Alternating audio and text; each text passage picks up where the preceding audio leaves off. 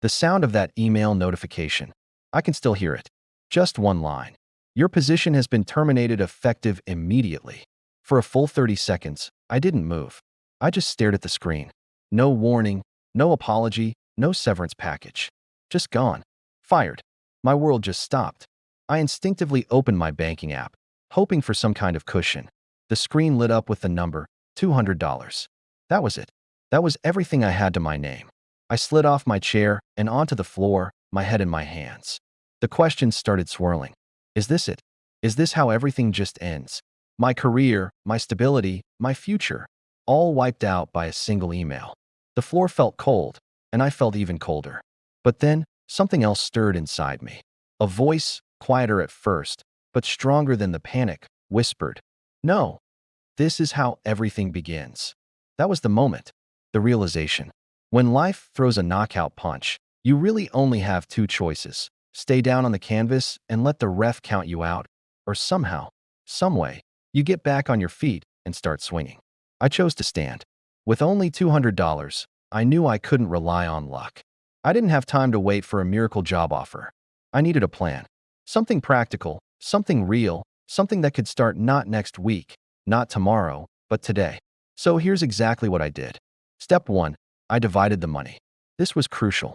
I split that precious $200 into two piles: survival and opportunity. $50 was for food and absolute essentials.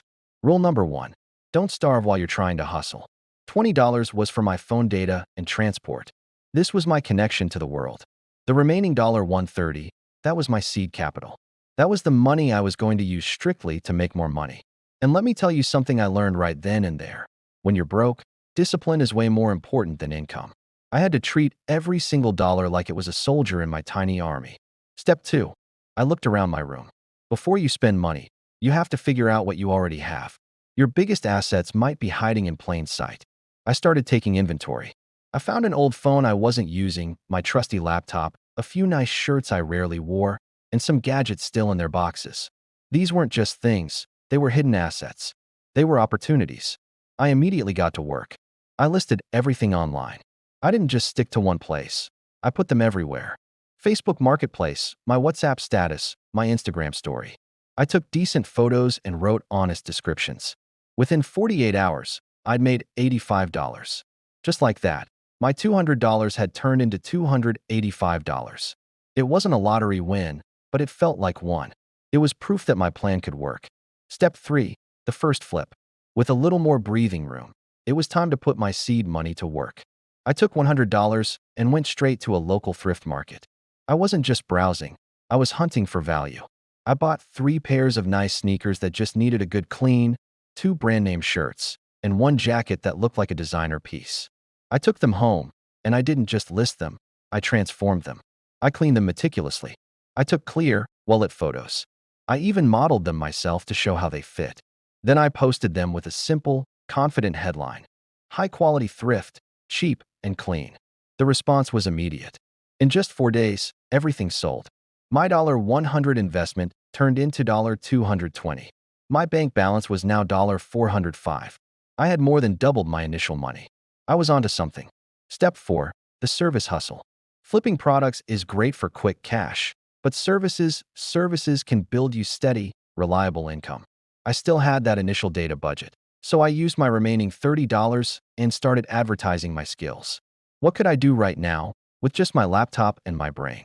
Logo design, content writing, basic video editing, social media management. All things I already knew how to do from my previous job and hobbies. I posted my services on freelance platforms and social media groups. I priced myself low to get my foot in the door. My first client paid me just $15 for a small design job. It wasn't much, but it was a start. My second client paid me $25. The third paid me $40. The clients kept coming, not just because I was cheap, but because I delivered fast and I was genuinely kind and professional in every interaction. Good service speaks for itself. Within 2 weeks, my original $200 had snowballed into $630. This led me to the final and most important step. Step 5. Raising my price. Once I had a steady stream of customers and positive reviews, I knew it was time. I started to raise my prices. Not by a crazy amount, but just enough to show confidence in my work and my value. That $5 logo design became $15.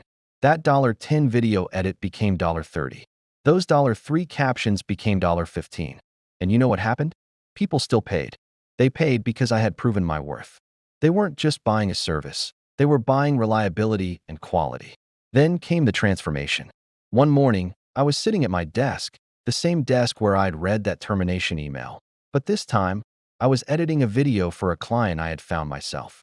I was managing my own schedule, negotiating my own rates, and building my own business. And it hit me. I wasn't unemployed anymore. I was self-employed. That job didn't fire me. It freed me. It forced me to discover a strength I never knew I had. It pushed me off a cliff, and on the way down, I learned how to build my own wings. So if you're listening to this today, and you wake up with only a couple $100s in your account, don't panic. Please, don't see it as an ending. Your life isn't over. It's just being reset. That small amount of money isn't the problem.